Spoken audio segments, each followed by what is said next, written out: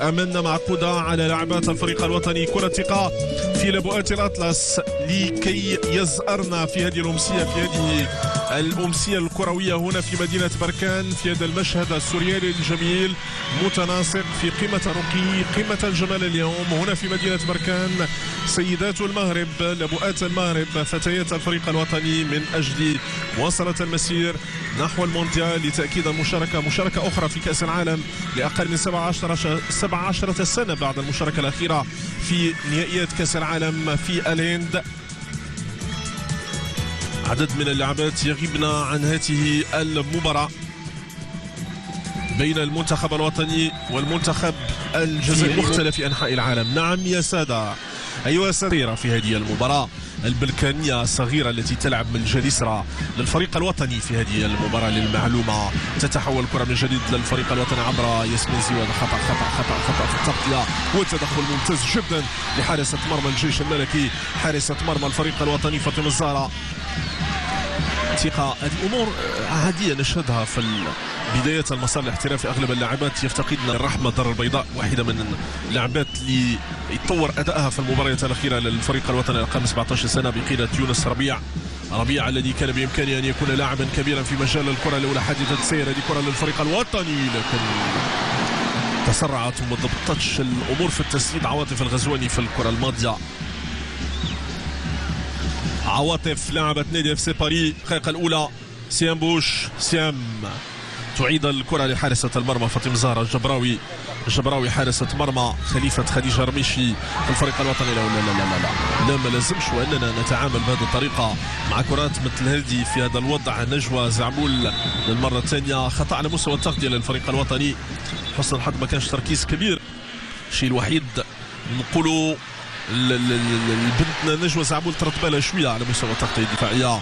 تتحول الكره من جديد من نسيمه من الجليسرة للفريق الوطني. نسيمه تستخلص هذه الكره. نسيمه تمرر في منطقه الجزائر، يمكنيه هدف اول في هذه المباراه والتغطيه من دفاع المنتخب الجزائري. هذه اول فرصه الجريمه الفريق الوطني مرة أخرى عبر إيناس إدريسي. إيناس توصل كرتها لخط الوسط وفاء بن طهري.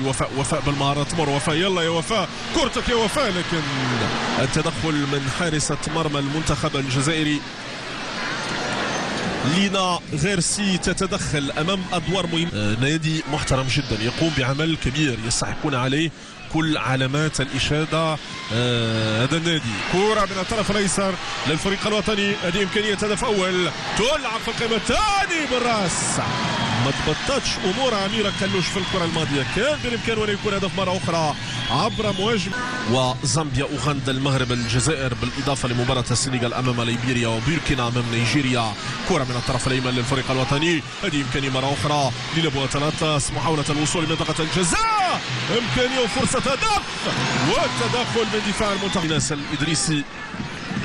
إيناس توصلها للجريمة مرة أخرى للفريق الوطني. عواطف غزواني. عواطف تلعبها في منطقة الجزاء والتدخل من دفاع منتخب الجزائر مرة أخرى. وفاء بن طهري. ذكية هذه اللاعبة، يلا يا وفاء، كرتك يا وفاء، والتسديدة لكن راي مرفوعة لوفاء بن طهري. مرة أخرى تضيع فرصة للفريق الوطني لوفاء بن طهري رقم 18. الارتباك في محور خط دفاع لبؤات الأطلس في هذه المواجهة. وفاء بن طهري للفريق الوطني. نقل الكرة للأمام. وفاء ثقة كبيرة في النفس لهذه اللاعبة تمنح العديد من الحلول في هذه المباراة. وإبعاد الكرة بصعوبة من لينا غيرسي. كان بالإمكان أن يكون الهدف الأول للفريق الوطني مرة أخرى من منتخب الجزائر. سيام بوش. إيناس الإدريسي. إيناس للأمام منتخب الجزائر. سيام بوش. إيناس الإدريسي. إيناس للأمام للفريق الوطني. كرة من كلوش أميرة. توصل كرة من جريمة. يلا شوية تركيز. محترم سيام نقل الكرة من جليسرة للفريق الوطني عبر نصيرة حيزون. كرة مغربية، إمكانية للتسديد بعيدا عن مرمى الحارسة لينا غيرسي. نصيرة حيزون أفضل في تصفية كأس العالم. كرة للفريق الوطني. هذه إمكانية. شوي عليك. يلا واحدة اثنين والخطأ. الخطأ على مشارف منطقة الجزاء. إمكانية هدف أول، إمكانية من ستنفذها. نعم روميسا اسمع زائرهن في بركان. هنا بركان وكرة هدف أول، كرة تسدد والهدف يا سادة. نعم يسمع زائرهن هنا في بركان عبر العميدة والقائدة إيناس أبو شريف. قلتكم العيون لا تخطئ، العيون لا تخطئ، والرغبة كانت كبيرة وكان الصدق وكان التركيز وكان هذا التفاعل الجميل والرائع من طرف مناصري الفريق الوطني في هذه المباراة. تصبح النتيجة في حدود الدقيقة. المباراة تختلف بالمرة عن المباراة السابقة أمام منتخب النيجر. الفريق الوطني كأداء جماعي ممتاز جدا، ممتاز. يلا يا نصيرة، يلا يا نصيرة، كورتك يا نصيرة، كورتك هذه فرصة هدف ثاني. يلا شوية تركيز، كرة هدف، التسديدة والتدخل. في شهادة ميلاد كرة القدم النسائية في المغرب. شوف فين وصلنا اليوم، وفين وصل الفريق الوطني الذي يبحث عن هدفه الثاني. يلا هدف يا سادة، هدف أيتها السيدات اليوم عبر رقم 21 روميسا حسن. روميسا توثق الهدف الثاني في هذه المباراة. شوف فين كنا وفين وصلنا. شوف روميسا هي من تحصلت وهي من كانت سببا في الهدف الأول للفريق الوطني، هي من تحصلت على الكرة الثابتة التي منحتنا الهدف الأول في هذه المباراة، وهي من توثق الهدف الثاني والمشهد الثاني مشهد العبور. نتمنى وفاء مرة أخرى، وفاء نقل الكرة بشكل ممتاز جدا. رائعة الكرة، رائعة الإمكانية. يلا بشوي عليك كرة هدف ثالث يا سادة، ثالث كان بالإمكان وأنه يكون أفضل مما كان من أميرة خلوش. أميرة كان بإمكانه أن نتوقع لاعبة اينتراخت. روميسا شوف كيفاش تخرج بكرتها بمنتهى الأناقة. يلا يا وفاء بنطاري، يلا يا بنطاري، كرتك يا بنطاري، فرصتك يا بنطاري، تمريرتك يا بنطاري. ما زال الكرة للفريق الوطني، ما زال الكرة مغربية. وبعض الأخطاء لها ما يبررها في هذه المباراة لكي نوضح الصورة أمامكم والمشهد أمامكم. وهذه روميسا مرة أخرى، روميسا تسدد الكرة لكن في يد حارسة مرمى المنتخب الجزائري بهذه المواجهة، ويساند الفريق الوطني ويؤمن بقدرة لاعبة الفريق الوطني. كان بتشكيل الفريق الوطني مع انطلاق الجولة الثانية من هذه المباراة التي تنطلق في هذه الأثناء بصافرة باسيونس ليدي. أول كرة للمنتخب الجزائري، هدف أبو شريف وإحسان في الجولة الأولى من هذه زهوال التي بذلت مجهود كبير في الجولة الأولى من هذه المباراة. جنة في محاولة منها للوصول لمرمى الفريق الوطني لكنها لم تتمكن من ذلك. تبحث عن استثمار هذه الكرة الثابتة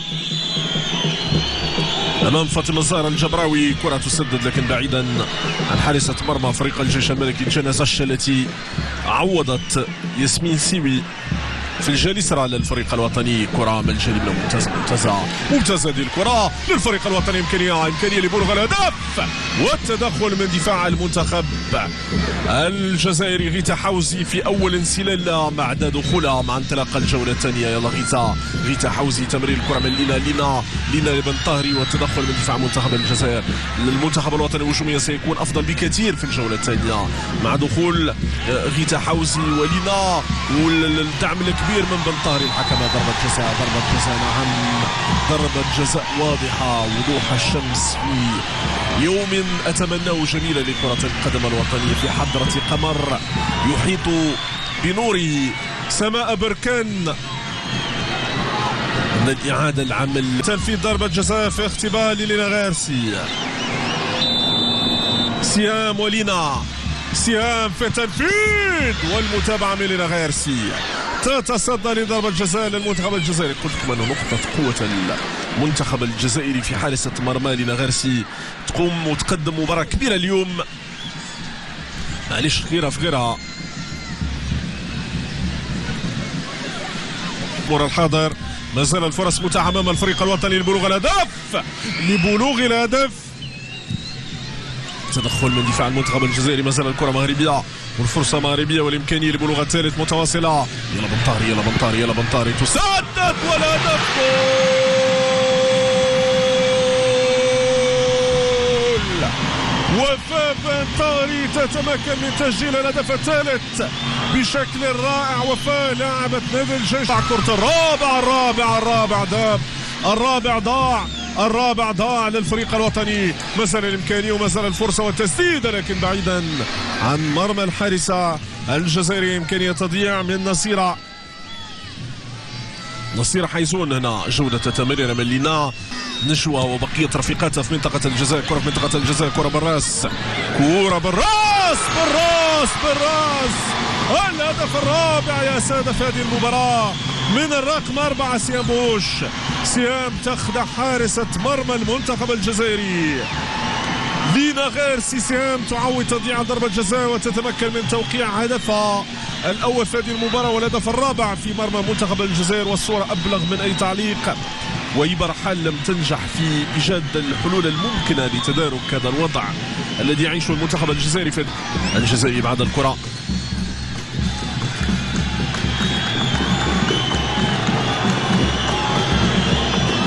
كرة للمنتخب الجزائري، إمكانية لتوغل لمنتخب الجزائر في منطقة الجزاء لكن بعيدا عن مرمى الفريق الوطني الجامعي ودخول باقي اللاعبات.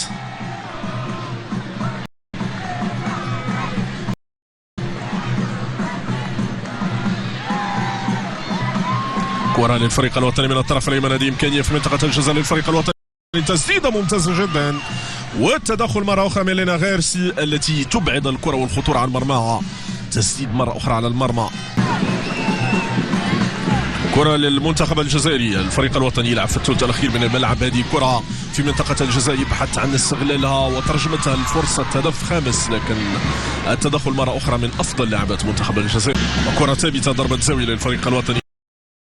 نقل الكرة في منطقة الجزاء والمتابعة من بوش. كان خطأ مشترك على كرة مشتركة وراي مرفوعة مرمى وراي مرفوعة.